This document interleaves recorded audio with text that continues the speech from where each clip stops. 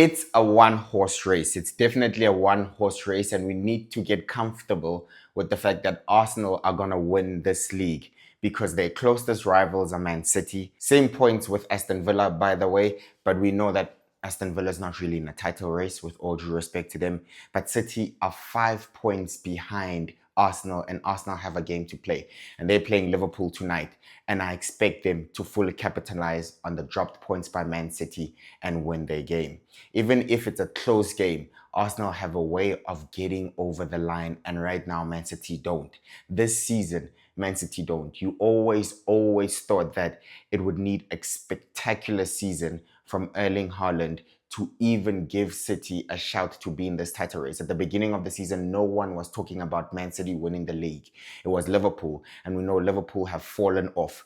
But even Man City, when they were putting together a little bit of a title charge, still undefeated in a few games, by the way, but they are not getting over the line. This is not the same Man City as before. They're not able to see the game through. 1-1 against Chelsea, drop points in the 90th minute, couldn't hold on. And again against Brighton, 1-1, couldn't finish the game. And in both those games, you thought City should have gotten the second because the defense is extremely vulnerable. The only elite thing about Man City's defense right now has to be Donnarumma, who saves City multiple times in every game. And with injuries to Ruben Diaz and Guardiola, you look at that City defense and you're like, there's no way that they're able to keep enough clean sheet to mount a title charge. Attack wins you games, defense wins you titles, and right now Man City do not have a good defense. You look at the defense that started. Nunes is not really a right back. He's adapted, and I think he's done very well. He's done the best of his abilities. He's done it to the best of his capacity, but that's still not enough because he's not a right back. So he's not a brilliant converted right back right now.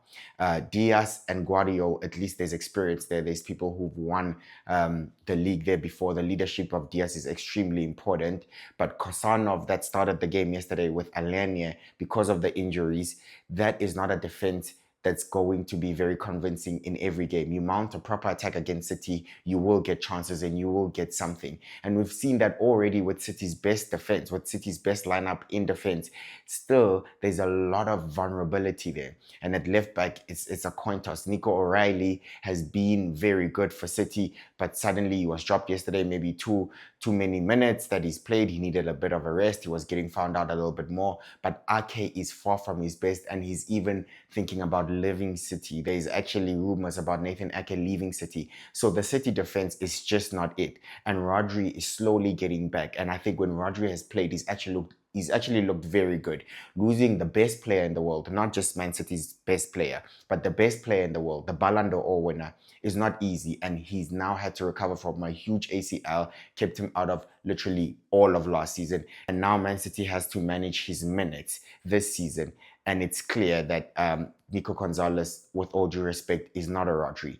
But Rodri is looking better, but he can't play every 90 minutes, consecutive 90 minutes, to be there to help out in City's defense, and also with connecting play and his interlinking of plays, diagonal passes, his ball carrying abilities, he's breaking through the lines. And in the season where he won the Ballon d'Or, he was getting a lot of crucial goals for Man City. So this Man City team is lacking. I also think Pep Guardiola got it wrong.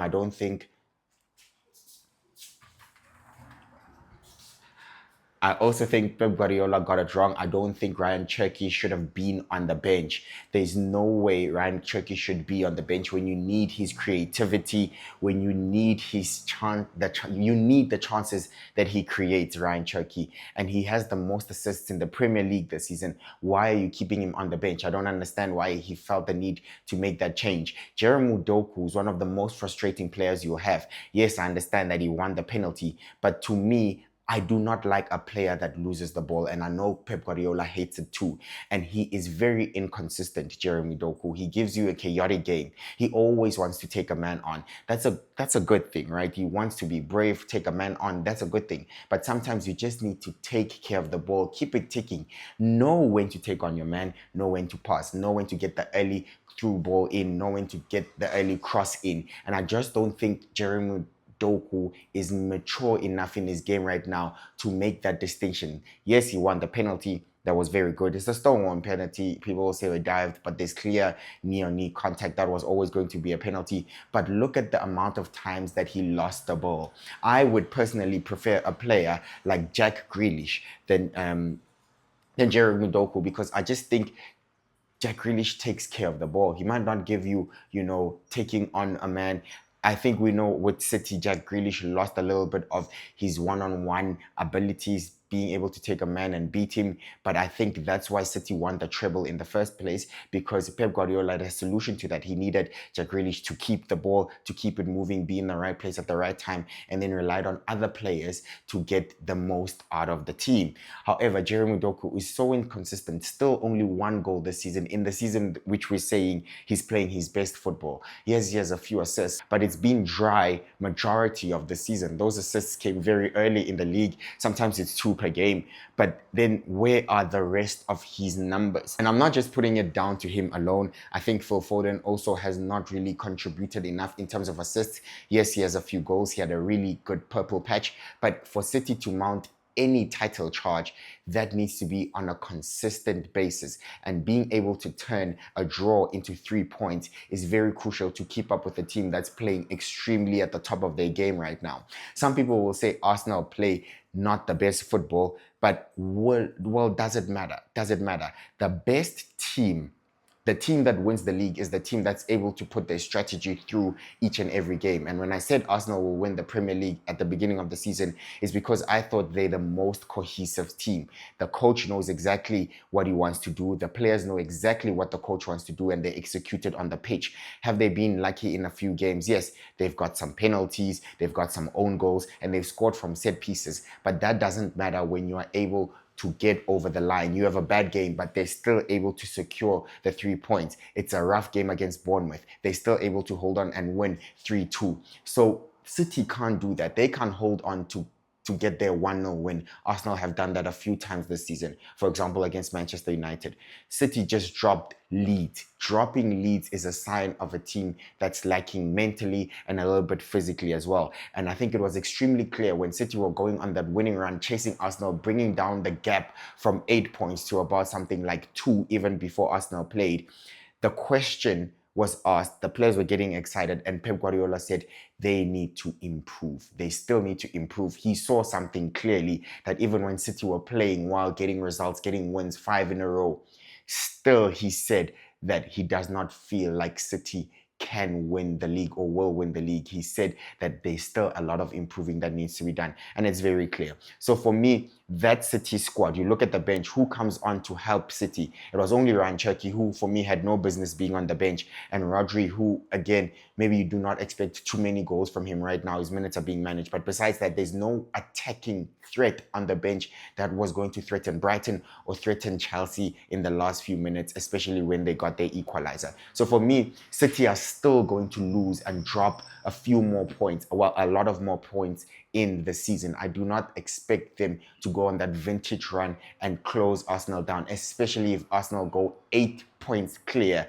with more than 50% of the league played. So for me, it's a one-horse race right now, because I think Arsenal will keep on getting results, keep on getting wins, dirty or not, lucky or not. I think Arsenal always does enough, and I also respect the mentality of the Arsenal side to keep going every single season, to know that they're closer and closer and closer and closer, and this might be the season, and I think this will be the season for Arsenal fans and for Mikel Arteta. So yeah, my prediction for tonight's game, Arsenal play Liverpool. I do expect Arsenal to fully capitalize on City's dropped points and beat them and go 8 points clear with, like I said, 21 games played. So to me, City side, not good enough. Squad, not good enough. Injuries playing a factor. Yes, we know they've also played a factor in previous seasons. For example, when Van Dijk got injured, Liverpool blamed that season of not being able to defend their title on that. When Saliba got injured, Arsenal fans also said it's because of the injuries. They're struggling with that. So all teams in every title season, in every title charge, have to deal with some sort of adversity,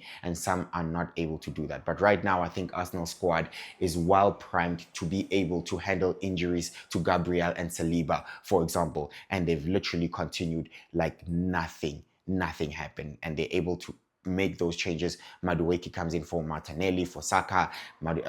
Martinelli and Trossard can swap in terms of delivering numbers, important goals and assists. Gyökeres is not scoring a lot, but he's still there in and amongst it. And Arsenal don't need a player to be scoring 10, 20 goals this season. They just need everyone to chip in. And having a midfield with players like Declan Rice, who's one of the players of the season for sure, being able to chip in goals is very important. We know Moreno, secret weapons, even when he's played up front when Gyökeres was injured and not delivering, he still got a few goals. And Zubamendi's chipping in with a few from midfield as well. So I think Arsenal well primed to win the league. I think it's theirs to lose. We know Arsenal have bottled the league many times before, but it's not that season, because in those seasons there was a team that's good enough to challenge Arsenal. And that's why I started my video with saying that this is clearly for me a one-horse race. Liverpool too far behind. Aston Villa is not really going to be in it, but Arsenal and City, I think it's clear who the better team is right now and the better squad. And normally the best team wins the league, and I think that's what's going to happen as well this season. So with that being said, that's my video. Just to quickly touch on Manchester United, we know it's a chaotic time right now for Manchester United. They drew 2-2 away to Burnley. I do think Fletcher tried to do everything right, tried to play the players in their position, went with 4 at the back, and tried to play, you know, the players you would expect for him to be playing.